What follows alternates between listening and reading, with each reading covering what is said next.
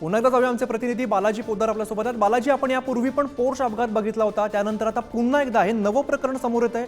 पार्टीमध्ये काही तरुण बाथरूममध्ये ड्रग्ज घेताना दिसत आहेत। नक्कीच हे खूप चिंताजनक आहे। पोस्ट प्रकरणामध्ये सुद्धा रात्री उशिरा पब आणि बार सुरू ठेवल्याने हा सगळं दुर्दैवी घटना घडली होती आणि त्यानंतर पोलीस सतर्क झाले असं सातत्याने पोलीस सांगत आहेत। आणि आता चंद्रकांत पाटील यांनी सुद्धा म्हटले, मी पालकमंत्री असताना मी तसे आदेश दिले, अशा घटना घडलेल्या नाहीत। एक प्रकारे त्यांनी पालकमंत्री अजित पवार यांच्यावर सुद्धा निशाणा साधलेला आहे। मात्र यावर कारवाई करणं गरजेचं आहे, कारण पुण्यात हे शैक्षणिक माहेरघर आहे। पुण्यात रोज लाखो विद्यार्थी शिक्षणासाठी येतात।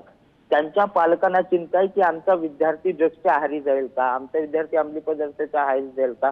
त्यामुळे पालकांमध्ये सुद्धा मोठी चिंता आहे आणि मोठा प्रश्न जो आहे तो पुणे पोलिसांवर परत परत निर्माण होतोय की नेमका या घटना का घडतात। कारण काही दिवसापूर्वी धंगेकर यांनी एक लिस्ट वाचून दाखवली होती जी पोलीस कर्मचाऱ्यांची होती, जे पब कडून पैसे घेतात। त्यामुळे नेमकं हे सगळं चाललंय काय आणि यावर कोण नियंत्रण ठेवणार का, हा खरा प्रश्न आता पुणेकरांसमोर आहे। आम्ही बालाजी, पोलीस प्रशासनाकडून या संदर्भात काही प्रतिक्रिया आली, काही सांगितलं गेलंय? पोलीस प्रशासनाकडून असं सांगण्यात येते की आम्ही हा व्हिडिओची सत्यता पडताळतोय, हा व्हिडिओ कुठला आहे, काय आहे आणि त्याविषयी आम्ही माहिती घेऊन तुम्हाला सांगू असं सांगितलेलं आहे। मात्र ही नक्की कारवाई होणार का, हाच खरा प्रश्न आहे। कारण पोलिसांना हे माहीत नसेल असं असूच शकत नाही। मात्र त्यावर कारवाई करायची का कुणाचा दबाव आहे म्हणून हे सगळे प्रकरण चालू आहेत। ड्रग्ज सर्रास विक्री केली जाते पुण्यामध्ये, ड्रग्ज सहज मिळते पुण्यामध्ये, त्यामुळे याच्या आहारी जाणारे युवक जास्त प्रमाणात वाढत आहेत आणि त्याची चिंता पुणेकरांसमोर आहे। पोलीस आता थोड्या वेळाने यावर काही प्रतिक्रिया देतात का ते आपण नक्कीच प्रयत्न करूया। मात्र आता तरी सध्या पोलीस यावर बोलण्यास तयार नाहीत। आम्ही बालाजी, यापूर्वी जो अपघात झाला होता पोर्श कारचा, त्यामध्ये अल्पवयीन मुलांना दारू दिली होती आणि इकडे सुद्धा हेच प्रकरण बघायला मिळतंय।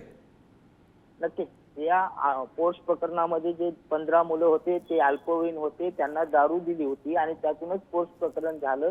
त्यामुळं पुणे पोलिसांनी नंतर अनेक पब आणि बार मध्ये अल्पवयीन मुलाला दारू दिली जाणार नाही असे बोर्ड लावायला लावले। मात्र त्याची कुठेही अंमलबजावणी कडक करण्यात आली नाही आणि त्याचा परिणाम आता सर्रासपणे ड्रग्ज विकण्यात होते। हे ड्रग्ज जे आहेत तेथे सुद्धा काही मुलं हे अल्पवयीन असल्याची प्राथमिक माहिती आता आपल्या समोर आलेली आहे। मात्र ते का दिलं गेलं, त्यावर काय कारवाई केली, त्यावर काही सूचना बोर्ड त्या पबमध्ये होते का, हे आता पोलीस चौकशी करतील। मात्र हे सगळं पोलिसांच्या अभयाने चालू असल्याचं पुणेकर म्हणतायत।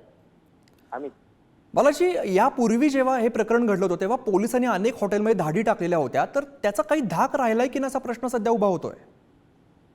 पुणे पोलिसांचाच धाक राहिलाय का नाही हा खरा प्रश्न आहे। कारण पुणे पोलिसांच्याच मदतीने पब बार ड्रग्ज हे सगळे रॅकेट चालतात। कारण ललित पाटील प्रकरण जे मोठं ड्रग्जचं बाहेर आलं होतं त्यामध्ये पुणे पोलिसांचा मोठा वाटा होता, ससून हॉस्पिटलचा होता।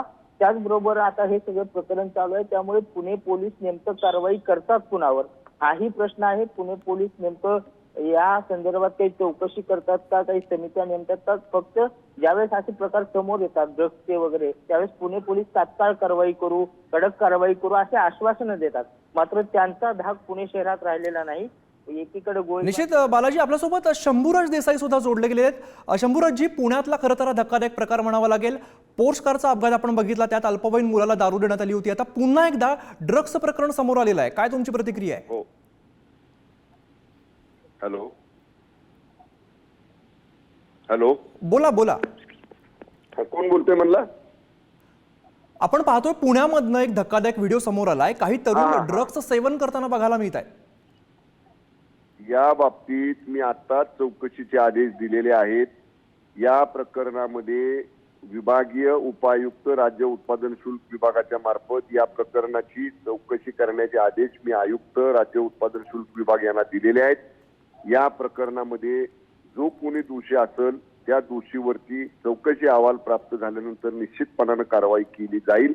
परंतु हा जो व्हिडिओ व्हायरल झालेला आहे, हा व्हिडिओ कुठल्या परिसरामधला आहे, या सगळ्या व्हिडिओची सुद्धा पोलिसांच्या फॉरेन्सिक विभागामार्फत या ठिकाणी चौकशी केली जाईल।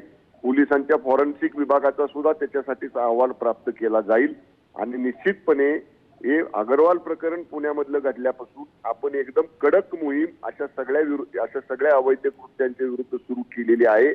सगळ्या क्षेत्रीय अधिकाऱ्यांना, सगळ्या विभागीय तिथल्या अधिकाऱ्यांना सरप्राईज व्हिजिट करणं पबवर, रेस्टॉरंटवर, बारवर आपण सांगितलेलं आहे।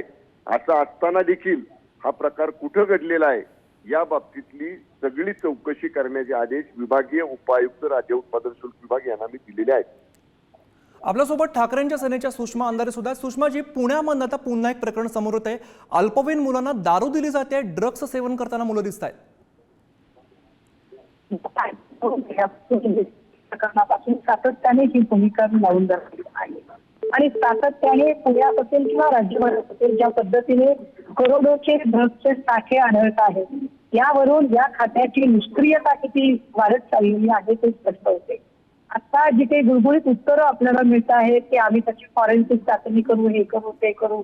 मूळ मुद्दा असा आहे की किती वेळा फॉरेन्सिक चाचणी करणार बरं, आणि आधी ज्यांच्या फॉरेन्सिक चाचण्या करायच्या होत्या त्याचं काय झालं?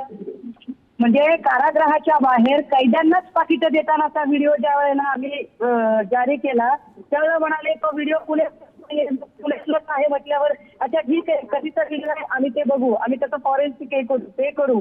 मध्ये काहीतरी ते म्हात्रे प्रकरण झालं होतं तेव्हा पण व्हिडिओ चेक करू, आम्ही त्याचं फॉरेन्सिक जांच करू. अरे किती वेळा कराल तेच ते.